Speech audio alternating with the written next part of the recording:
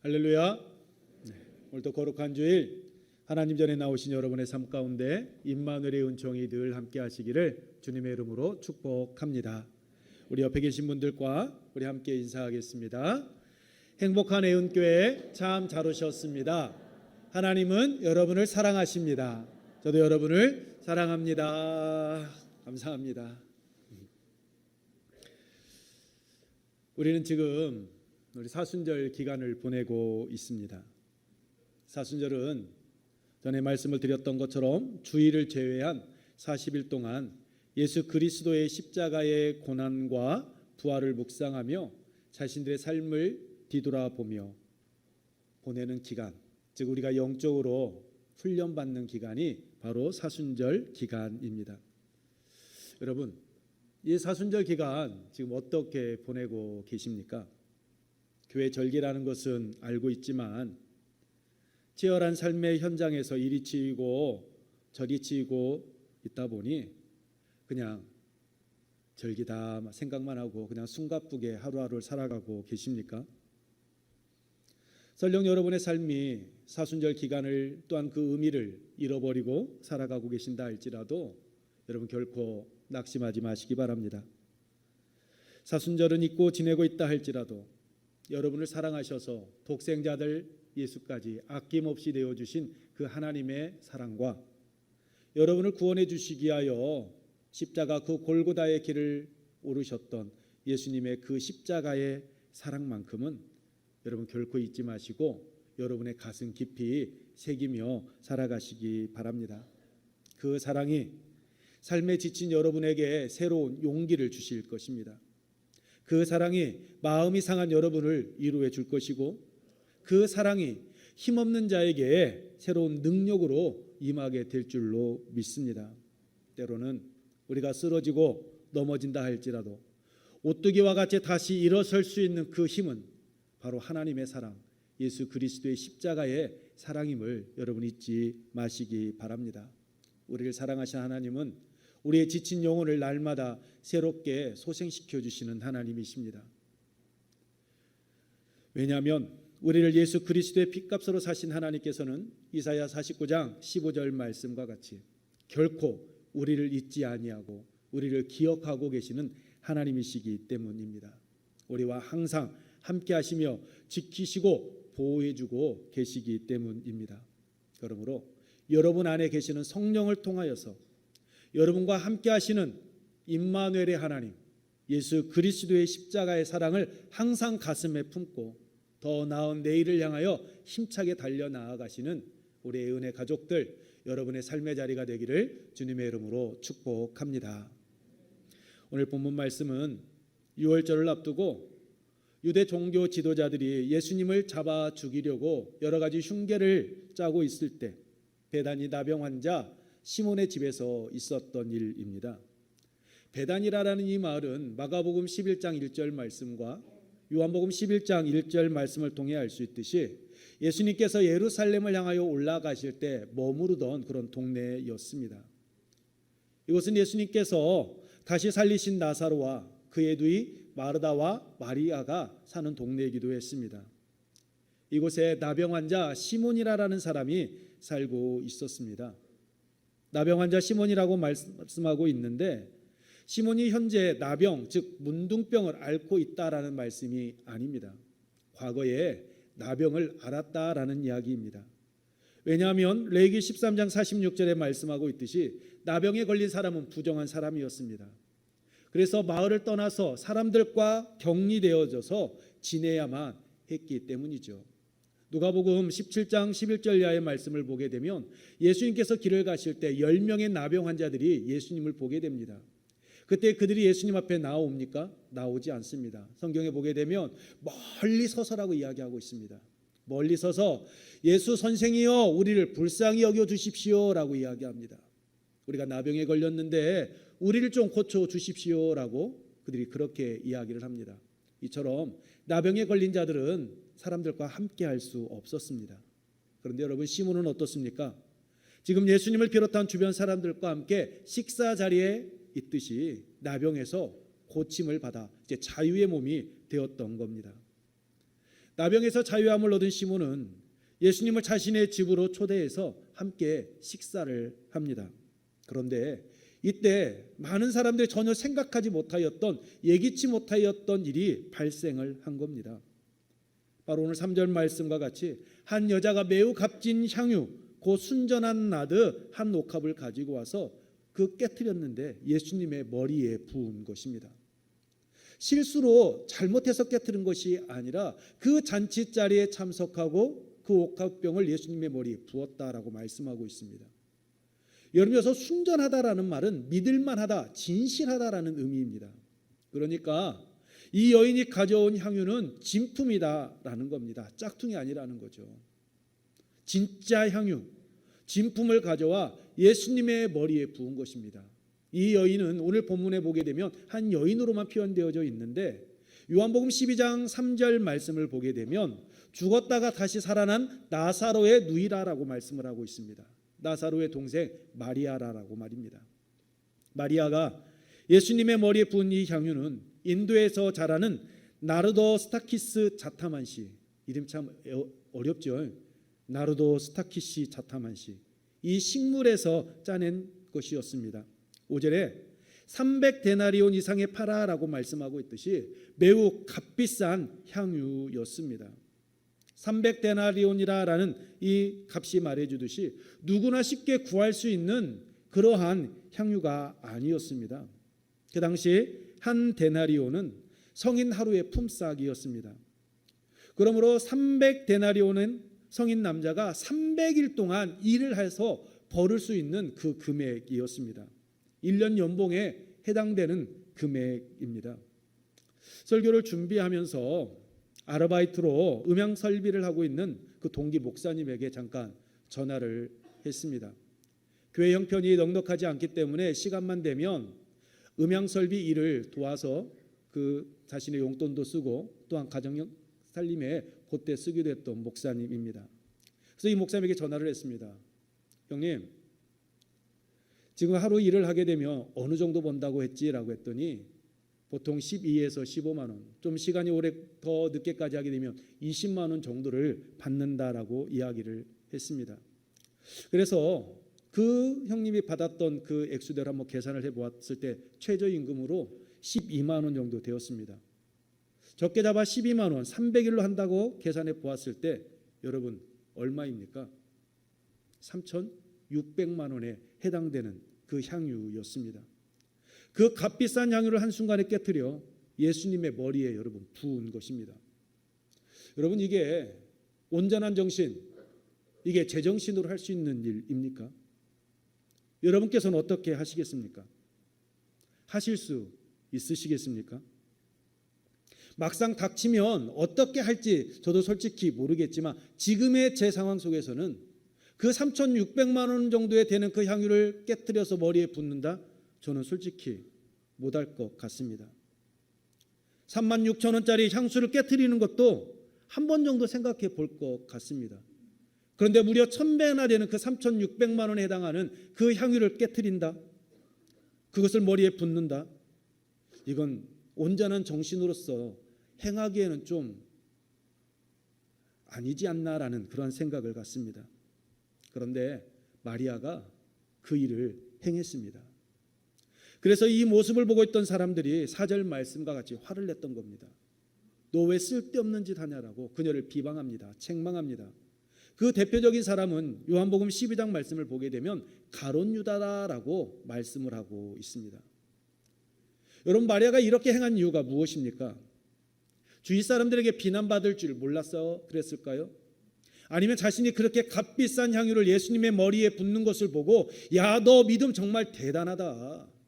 어디서 그런 용기, 그러한 배짱이 났지? 너 정말 대단해. 사람들이 칭찬해주고 인정해주며 그를 정말로 대우해줄 것으로 알고 그렇게 행했겠습니까?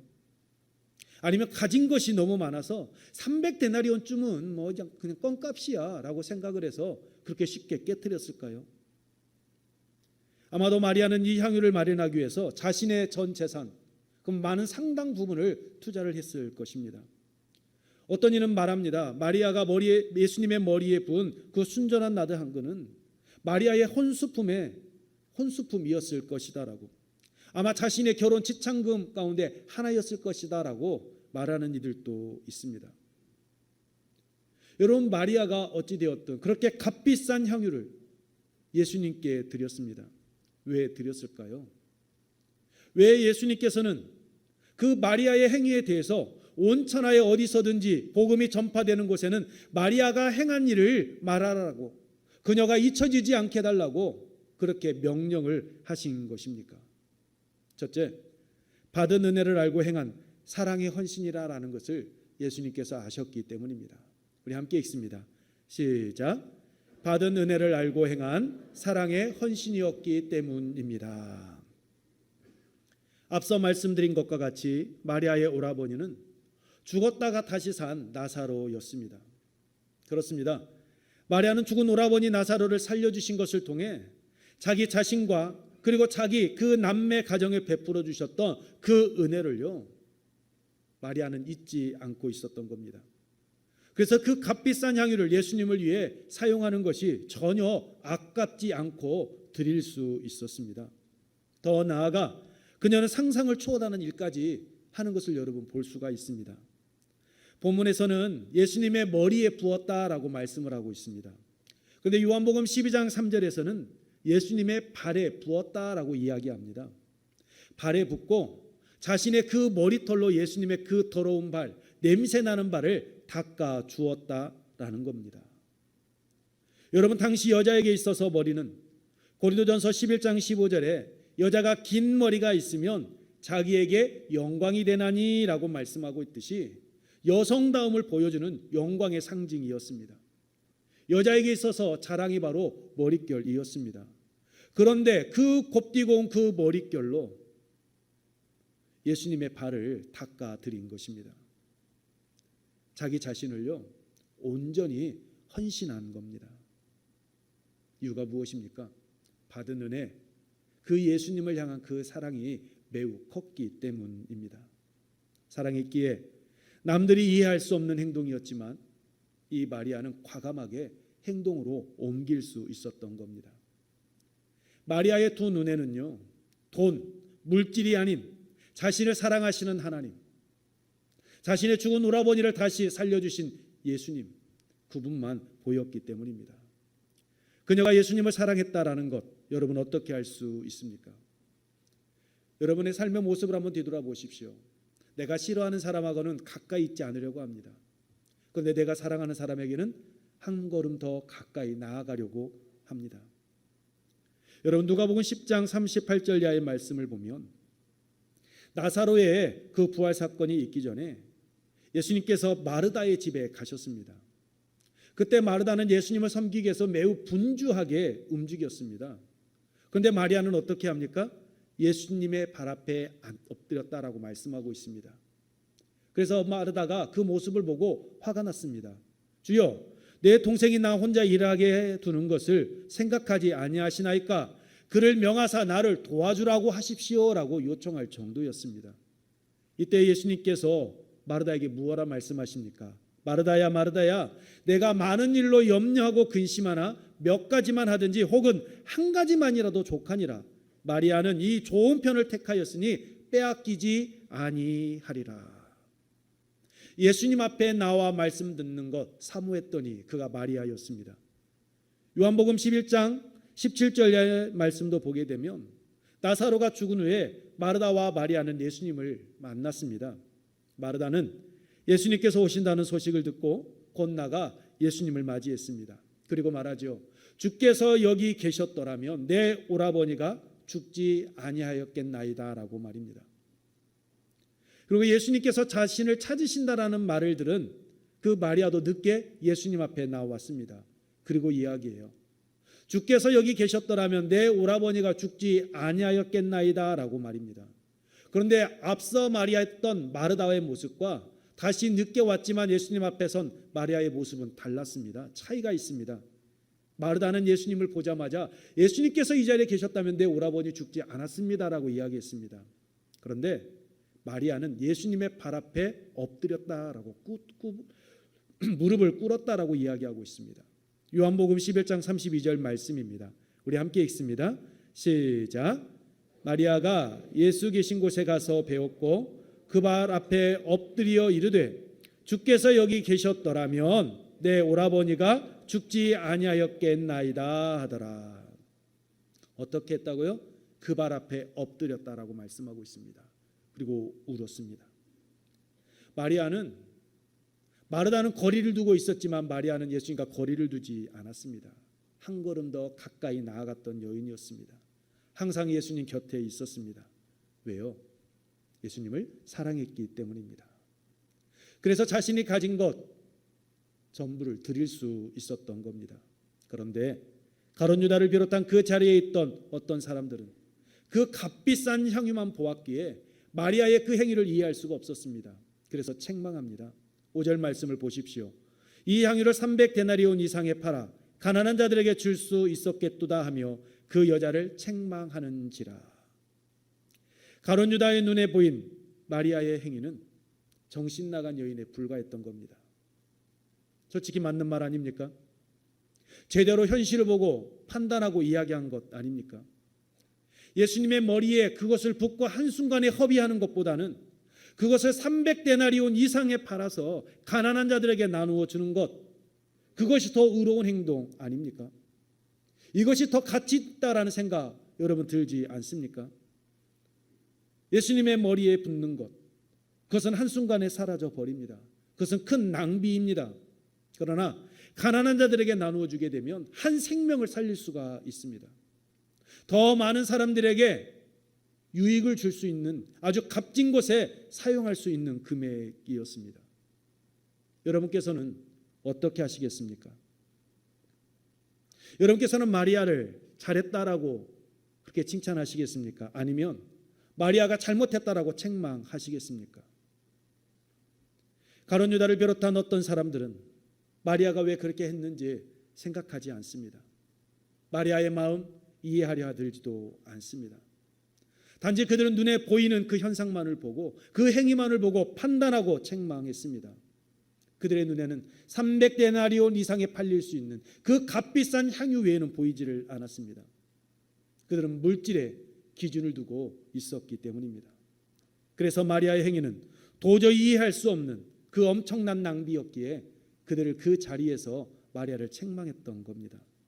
그런데 예수님은 그렇지 않으셨습니다. 마리아의 행위를 다르게 보시고 말씀하십니다. 6절 말씀입니다. 우리 함께 읽습니다. 시작. 예수께서 이르시되 가만 두어라. 너희가 어찌하여 그를 괴롭게 하느냐. 그가 내게 좋은 일을 하였느니라. 아멘. 그가 내게 좋은 일을 하였다라고 말씀하십니다. 그리고 마리아를 책망했던 이들을 오히려 책망하셨습니다. 예수님께서 그 향유의 값어치를 모르셨기 때문입니까? 아닙니다. 예수님께서는 자신들이 더 지혜롭고 자신들이 더 의롭다는 그 사람인 것을 드러내고 싶어하는 그 가룟 유다를 비롯한 그 주변에 있던 사람들, 그들의 그 마음을요 알고 계셨기 때문입니다. 사람은 외모, 사람은 드러나는 현실만 보지만 예수님께서는 그 옥합을 깨뜨렸던 그 마리아의 마음, 그 마리아의 중심을 보고 계셨기 때문입니다. 예수님을 향한 마리아의 진실된 마음, 당신을 향한 그 사랑을 보셨기에 그녀의 편을 들어주셨던 것입니다. 그렇습니다. 눈에 보이는 기준이 전부였던 가룟 유다와 주변 사람들은 향유의 액수만 보았습니다. 하지만 예수님은 옥합을 깨뜨렸던 그 마리아의 마음, 그 중심을 보셨습니다. 은혜를 알고 사랑으로 행한 마리아의 헌신이라는 것을 말입니다. 그래서 명하신 겁니다. 9절 말씀 우리 함께 읽습니다. 시작. 내가 진실로 너희에게 이르노니 온 천하에 어디서든지 복음이 전파되는 곳에는 이 여자가 행한 일도 말하여 그를 기억하리라 하시니라. 아멘. 이 여자가 행한 일도 말하여 그를 기억하리라 하시니라. 여러분, 저는 이 마리아의 마음, 이 마리아의 헌신이 오늘 하나님 전에 나오셔서 예배드리시는 여러분의 삶의 모습이기를 소망합니다. 이 모습은 내가 하나님께 받은 은혜, 내가 예수 그리스도를 사랑하는 그 마음이 뜨겁지 않으면, 그 사랑이 크지 않으면 결코 행할 수 없는 일입니다. 여러분, 우리는 입술뿐만이 아니라 우리의 삶으로 고백하며 나아가기를 원합니다. 예수님께서 마태복음 6장 21절에서 말씀하셨습니다. 보물이 있는 곳에 우리의 마음도 있다라고. 옥합을 깨뜨린 마리아의 행위는 받은 은혜에 대한 사랑의 표현이었고 헌신이었습니다. 예수님을 향한 사랑의 마음이 삶의 자리에서 마리아는 그대로 표현을 하였던 것입니다. 인색함이나 억지가 아닌 자원하는 마음으로 말입니다. 그래서 예수님께서는 마리아의 헌신을 아시고 그녀를 칭찬하시며 그녀를 기억하겠다라고, 그녀를 기억하게 하라라고 말씀하신 것입니다. 오늘 이 마리아의 모습이 오늘 우리 안에 있기를 소망합니다. 예수님의 말씀과 같이 마리아의 행위가 잊혀지지 아니하고 복음이 전파되는 곳마다 기억될 수 있었던 두 번째 이유는 마리아가 기회를 놓치지 않았기 때문입니다. 우리 함께 읽습니다. 시작. 기회를 놓치지 않았기 때문입니다. 여러분, 이 기회는요, 아주 우연히 찾아온 기회였습니다. 마리아가 영성이 뛰어나서 예수님께서 곧 죽으실 것을 알고 예수님의 장례를 준비하기 위해 여러분 그렇게 행한 일인지는 정확하게 알 수는 없습니다. 하지만 마리아가 계획적으로 이 일을 준비하고 나아갔던 것은 아니었습니다. 그러나 예수님께서 자신과 함께 하실 수 없다라는 것, 그것은 마리아는 짐작하고 있었습니다. 왜냐하면 우리가 읽지는 않았지만 14장 1절로 2절 말씀을 통해 알 수 있듯이 유대 종교 지도자들이 보이는 태도와 그리고 예수님께서 제자들에게 거듭해서 당신이 곧 죽음을 맞이하게 될 것을 이야기하셨다라는 것을 마리아는 듣고 알고 있었기 때문입니다. 예수님께서는 그 마리아가 보여줬던 그 행동에 대해서 분명하게 말씀하십니다. 8절 말씀입니다. 우리 함께 읽습니다. 시작. 그는 힘을 다하여 내 몸에 향유를 부어 내 장례를 미리 준비하였느니라. 아멘. 마리아가 힘을 다하여, 즉 최선을 다해 예수님의 장례를 준비했다라고 이야기하고 있습니다. 마리아가 예수님의 머리에 부은 나드는 때때로 그 죽은 사람의 장례를 위해 사용되어졌던 향유였습니다. 당시 사람은 그 시신의 향유를 바르므로 시체 방부 처리를 하는 풍습이 있었습니다. 누가복음 23장 55절부터 24장 1절 말씀을 보게 되면 예수님께서 십자가에 달려 죽으시고 난 후 안식 후 첫날 새벽에 여인들이 예수님의 시신에 바르기 위하여 향품과 향유를 가지고 무덤을 찾았다라고 말씀을 하고 있습니다. 이처럼 유대인들은 그 죽은 시신에 향유를 바르는 것이 풍습이었습니다. 예수님께서는 이것을 알고 계셨기에 그 유대인의 장례법을 따라서 마리아가 당신의 죽음과 연관되어져서 행하고 있는 일이다라고 지금 말씀하고 계신 것입니다. 마리아는 예수님께 드릴 기회가 주어지게 되자 예수님께서 지금 이제 곧 십자가의 길을 걸어가신다라는 것은 알 수 없었지만 자신에게 주어진 기회 놓치지 않았습니다. 그리고 최고의 것을 아낌없이 예수님께 드렸습니다. 그러했기에 주위 사람들의 책망에도 불구하고 마리아의 헌신을 기쁘게 받아주시고 그녀의 삶이, 행함이 영원히 기억될 것이다 라고 말씀하신 것입니다. 마리아는 이것이 예수님과 함께 할 수 있는 그 마지막 시간이라는 것, 자신이 예수님을 향하여 보여줄 수 있는 그 사랑의 표현 마지막이라는 것은 몰랐을 것입니다. 단지 그는 예수님을 향한 자신의 마음이 지금 예수님을 만났을 때 표현해야 되겠다라는 그 마음으로 그는 행하였던 것입니다. 그런 마리아의 마음을 예수님께서 아시고 기쁘게 받아주신 것입니다. 마리아가 우연히 찾아왔던 이 기회를 놓치지 않고서 말입니다.